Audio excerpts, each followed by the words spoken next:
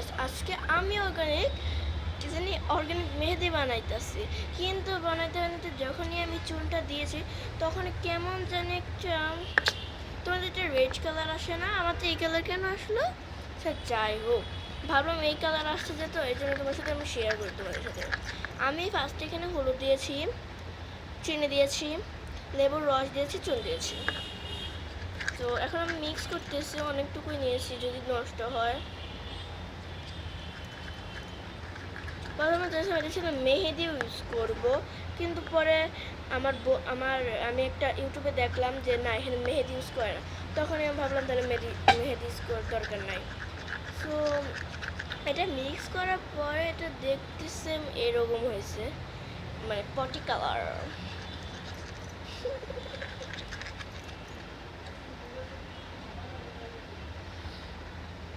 চলো এটা আমার হাতে দিয়ে এখানে অলরেডি আমি একটু মেহেদি দিয়েছিলামই অনেক দিন আগে। সো আজকে এই মেহেদি ট্রাই করবো, যেটা আমি অর্গানিক বানিয়েছি। আশা করি সুন্দর একটা কালার আসুক। এটার দ্বিতীয়বার তোমরা পরেরটাই পাবা, তোমরা দেখো আগে। দেখি এটা দিয়ে ভালো করে দিতে পারতেছি না, তো আমি হাত দিয়ে ট্রাই করব। আমি গোল গোলই দিতে পছন্দ করি সব কিছু। এটা কিন্তু মনে হয়েছে আমার আরেকটু মানে রাখা দরকার ছিল, মানে মিক্স করা দরকার ছিল, কারণ এটা মানে অনেক দানা দানা রয়েছে, যেটা আমরা চিনি দিয়েছি এখানে।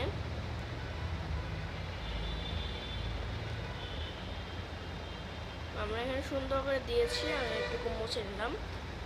মুছে নেওয়ার পরে এই যে দেখো একটু মানে আমার হাতে যেন কীরকম একটা হোল একটা কালারিং আসলো, মনে হচ্ছে কালার হবে। যাই হোক, তো আমরা ডটগুলো দিচ্ছি সাইডে, যে ডটগুলো আমরা দিব। আমি এখান থেকে হাতে নিই, তো